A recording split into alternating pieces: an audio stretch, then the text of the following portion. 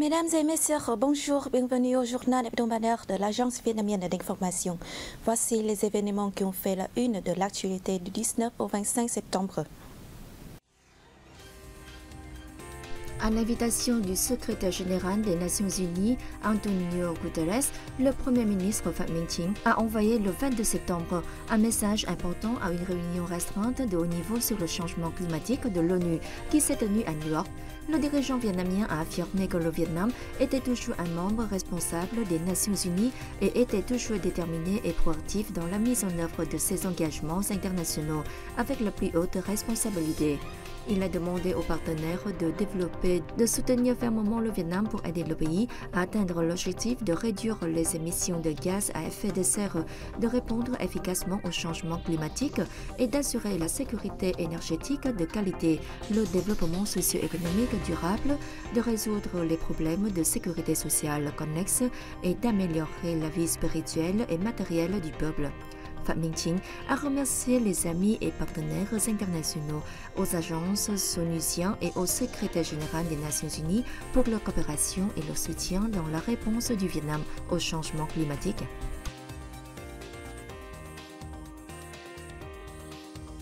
Le Premier ministre Phạm Minh Chính a eu le 19 septembre une conversation téléphonique avec son homologue chinois Li Keqiang. Les deux premiers ministres ont déclaré apprécier les réalisations dans les relations bilatérales au cours de ces derniers temps. S'agissant des orientations futures, ils ont convenu de multiplier les contacts de haut niveau et d'autres niveaux, d'approfondir la coopération bilatérale dans divers domaines. Phạm Minh Chính a demandé à la Chine d'accélérer l'ouverture de son marché aux produits agricoles vietnamiens, de rétablir complètement les activités aux postes frontaliers, de se coordonner pour assurer la sécurité énergétique, la sécurité alimentaire, la sécurité des ressources en eau et la cybersécurité.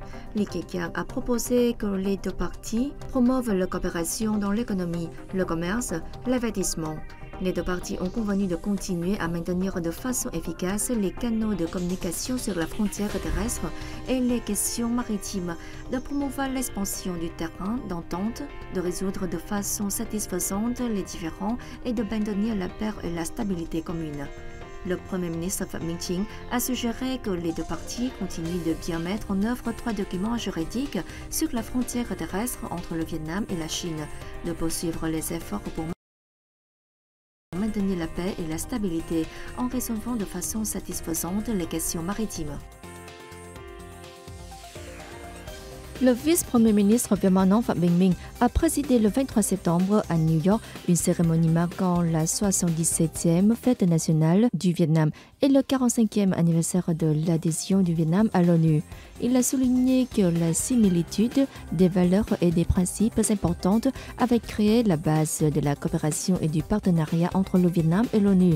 Il a également affirmé le ferme soutien et l'engagement du Vietnam envers le rôle de l'ONU dans la coordination des efforts multilatéraux pour répondre aux défis mondiaux.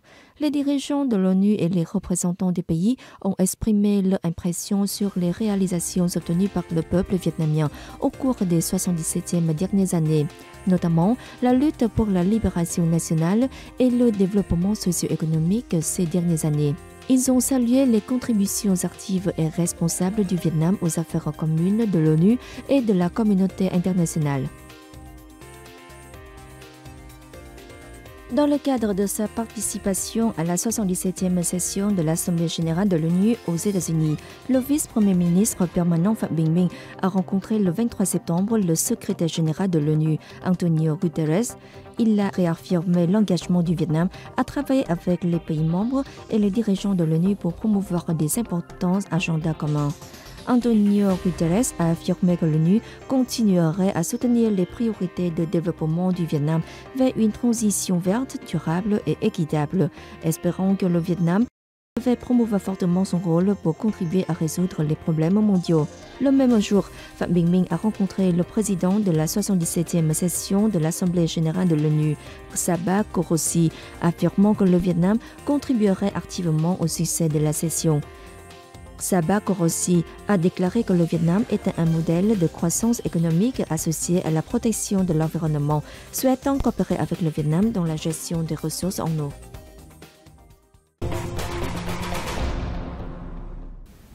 C'est Selon Saville Southeast Asia, le Vietnam est considéré comme une destination d'investissement exceptionnelle pour la fabrication à haute valeur ajoutée, en raison de ses capacités de production satisfaisant les exigences des investisseurs internationaux. Le secteur vietnamien de la transformation et de la fabrication bénéficie d'une main-d'œuvre qualifiée. Actuellement, les coûts de production et de logistique pour l'import-export de marchandises sont à un niveau attractif. L'activité d'import-export est également devenue plus pratique grâce à l'amélioration des réseaux logistiques.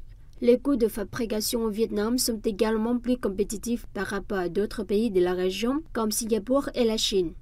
Par conséquent, les entreprises se tournent vers des marchés alternatifs et le Vietnam fait de son mieux pour saisir ces tendances, en particulier en cette période post-pandémique. Le chiffre d'affaires des exportations vietnamiennes de produits industriels transformés au cours des 7 premiers mois de 2022 a continué d'apporter une contribution majeure à la croissance globale des activités d'exportation, avec un chiffre d'affaires estimé à près de 186 milliards de dollars, en hausse de 7% par rapport à la même période de l'an dernier et représentant 86% du chiffre d'affaires total à l'exportation. Selon l'administration de l'aviation civile du Vietnam, de janvier à août, le taux moyen de ponctualité des compagnies aériennes vietnamiennes a atteint 86,9%. Avec un taux de 95,2% de vol à l'heure, Bamboo Airways conserve son trône. Avec un taux de 95,2% de vol à l'heure, Bamboo Airways conserve son trône devant Vietjet Air et Vietnam Airlines, respectivement 84,8% et 84%. Toujours 8 mois, le taux de retard et d'annulation de vols du secteur aérien national ont été respectivement de 13,1% et 0,4%. Les compagnies aériennes du Vietnam ont opéré plus de 208 200 vols, soit un bond de 103% en rythme annuel. Bamboo Airways est aussi l'opérateur aérien affichant la plus forte croissance de nombre de vols par rapport à la même période de l'année passée, de près de 67%. La province de Lâm Đồng, dans les hauts plateaux du centre, a exporté le 21 septembre son premier lot de 70 tonnes de durian vers la Chine. Cet événement revêt une signification très importante car la Chine est actuellement le plus grand marché de durian au monde. Cette expédition a été effectuée dans le cadre du protocole sur les exigences phytosanitaires signé le 11 juillet 2022 entre le ministère vietnamien de l'Agriculture et du Développement rural et l'administration générale des douanes de Chine. Selon le directeur adjoint du département de l'Agriculture et du Développement rural, Nguyễn Văn Châu, l'exportation de durian aidera les entreprises et les agriculteurs de la province de Lâm Đồng et du pays en général à obtenir une rentabilité plus élevée à partir de ce fruit. Lâm Đồng compte plus de 14 000 hectares de culture de durian avec un rendement annuel de plus de 99 300 tonnes, dont plus de 900 hectares au nord Vietcap de bonnes pratiques agricoles. La Banque asiatique de développement, dans sa mise à jour économique publiée le 21 septembre à Hanoï, a maintenu ses perspectives économiques favorables pour le Vietnam. Le PIB du pays devant croître de 6,5% en 2022 et de 6,6% en 2023. Selon Andrew Jeffries, directeur national de la Banque asiatique de développement au Vietnam, l'économie vietnamienne s'est redressée plus rapidement que prévu au premier semestre de l'année et se malgré une conjoncture mondiale difficile. La lenteur du décaissement des investissements publics et des dépenses sociales prévues, en particulier la mise en œuvre du programme gouvernemental de redressement et de développement économique, pourrait considérablement ralentir la croissance cette année et l'année prochaine, selon le rapport. Selon l'économiste en chef de la Banque asiatique de développement, Nguyễn Minh Cường, l'économie vietnamienne se porte raisonnablement bien malgré les incertitudes qui pèsent sur l'économie mondiale. Il a néanmoins souligné que l'accélération par le gouvernement du décaissement des investissements publics, y compris la mise en œuvre du programme de redressement et de développement socio-économique, compensera la baisse des exportations due à l'affaiblissement de la demande mondiale. En outre, la Banque d'État du Vietnam poursuit toujours une politique monétaire flexible et prudente en maintenant inchangés les taux d'intérêt directeurs et en même temps en élargissant le programme de bonification des taux d'intérêt pour prêter à faible coût en faveur de l'économie. Le magazine américain Condé Nast Traveler a classé Ho Chi Minh Ville parmi les 7 destinations qui connaissent une augmentation de l'intérêt des voyageurs américains cet automne. Le magazine a déclaré que la plus grande ville du Vietnam avait connu une augmentation de 46% des recherches cet automne par rapport à 2019, citant les données de l'agence de voyage en ligne américaine et du moteur de recherche Kayak. L'automne marque la fin de la saison des pluies et le retour des températures agréables, ce qui en fait un bon moment pour visiter les monuments de Ho Chi Minh Ville, comme les tunnels de Củ Chi, la cathédrale Notre-Dame ou le marché de Bến Thành. Le gouvernement vietnamien a autorisé l'entrée sans quarantaine des visiteurs étrangers depuis mars et a levé la plupart des restrictions liées au Covid-19. Les Américains peuvent aussi demander un e-visa pour entrer dans le pays. Les 6 autres destinations les plus recherchées pour cet automne sont Londres, Punta Cana, New York, Munich, l'Albanie et la Barbade. Les World Travel Awards 2022 viennent de récompenser le parc national de Cúc Phương en tant que premier parc national d'Asie. C'est la 4e fois consécutive depuis 2019 que le parc reçoit ce titre. Le parc national de Cúc Phương est situé dans la région nord-est du pays, adjacent aux montagnes du nord-ouest. Le parc de plus de 22 000 hectares s'étend à cheval sur les 3 provinces de Ninh Bình, Hoa Lư et Thanh Hóa. Favorisé par la nature avec un écosystème diversifié et riche, le plus vieux parc national du Vietnam est l'un des joyaux précieux de l'écologie forestière dans le monde.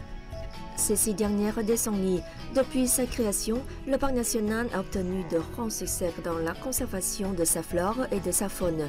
Ce premier parc national du Vietnam est un trésor de biodiversité forestière. Comme la zai, la robe traditionnelle vietnamienne, et le non la, chapeau conique en feuilles de palmier, la guốc mộc, sandales en bois, a donné aux femmes vietnamiennes une charmante beauté rustique dans le passé. Dans l'espoir de préserver ces traditionnelles sandales en bois, un groupe de jeunes œuvre pour les rapprocher des jeunes. Phạm Thị Lý, cofondatrice d'Ambon, un groupe de jeunes qui veulent faire revivre la guốc mộc, notamment auprès des jeunes d'aujourd'hui, a déclaré qu'elle porte des sandales en bois vietnamiennes depuis son enfance. Une fois adulte, je voulais vraiment retrouver ce sentiment. J'ai cherché en ligne une paire de guốc mộc, mais sans succès. Alors, je suis allée au village de In Sa, la capitale de la sandale en bois du Vietnam, avec un ami. J'ai eu la chance de rencontrer le dernier homme du village à perpétuer cet artisanat.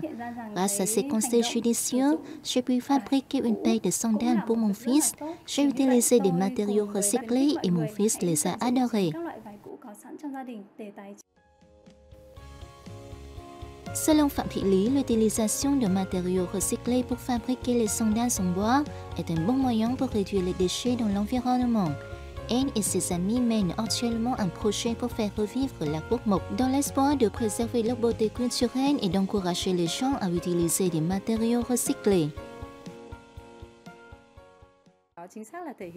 Les sandales fabriquées à partir de matériaux recyclés sont à la fois traditionnelles et modernes.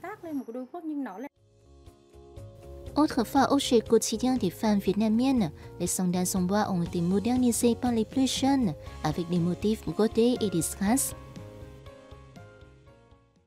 Le message le plus important que nous voulons envoyer aux gens est de recycler de vieux matériaux pour réduire les déchets dans l'environnement. J'aime vraiment ces sandales en bois parce qu'elles sont à la fois belles et pratiques.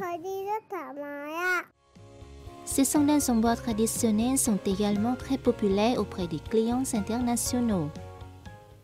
C'est la fin de cette édition. Merci de l'avoir suivi et à la semaine prochaine.